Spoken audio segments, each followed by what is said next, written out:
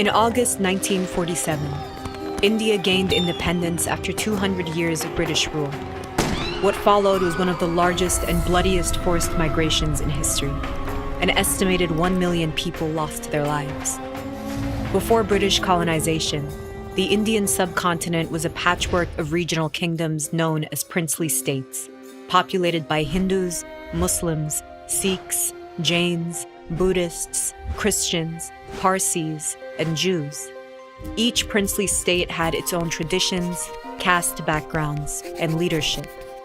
Starting in the 1500s, a series of European powers colonized India with coastal trading settlements. By the mid-18th century, the English East India Company emerged as the primary colonial power in India. The British ruled some provinces directly and ruled the princely states indirectly. Under indirect rule, the princely states remained sovereign but made political and financial concessions to the British. In the 19th century, the British began to categorize Indians by religious identity, a gross simplification of the communities in India. They counted Hindus as majorities and all other religious communities as distinct minorities, with Muslims being the largest minority. Sikhs were considered part of the Hindu community by everyone but themselves. In elections, people could only vote for candidates of their own religious identification. These practices exaggerated differences, sowing distrust between communities that had previously coexisted. The 20th century began with decades of anti-colonial movements, where Indians fought for independence from Britain. In the aftermath of World War II, under enormous financial strain from the war, Britain finally caved. Indian political leaders had differing views on what an independent India should look like. Mohandas Gandhi and Jawaharlal Nehru represented the Hindu majority and wanted one united India. Muhammad Ali Jinnah, who led the Muslim minority, thought the rifts created by colonization were too deep to repair. Jinnah argued for a two-nation division where Muslims would have a homeland called Pakistan.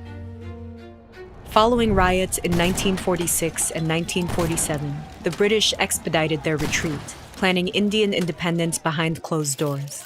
In June 1947, the British Viceroy announced that India would gain independence by August and be partitioned into Hindu India and Muslim Pakistan, but gave little explanation of how exactly this would happen.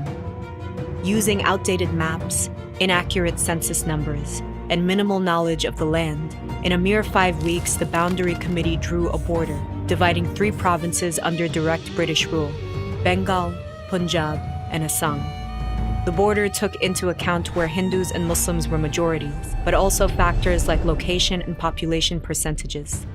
So if a Hindu majority area bordered another Hindu majority area, it would be included in India. But if a Hindu majority area bordered Muslim majority areas, it might become part of Pakistan.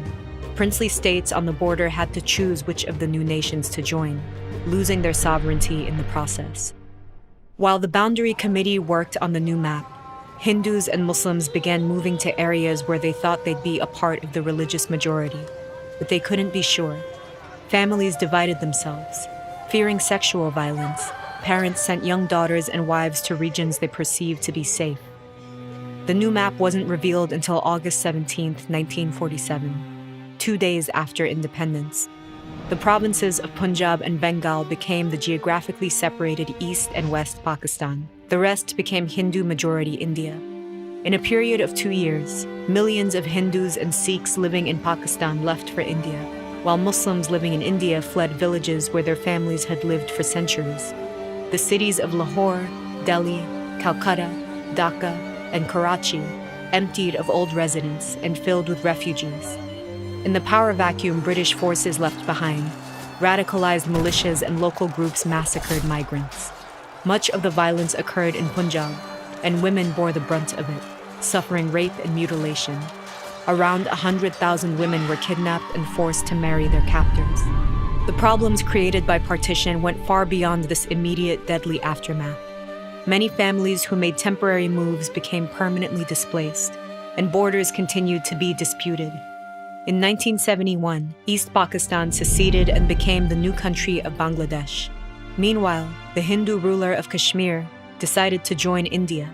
a decision that was to be finalized by a public referendum of the majority Muslim population. That referendum still hasn't happened as of 2020, and India and Pakistan have been warring over Kashmir since 1947.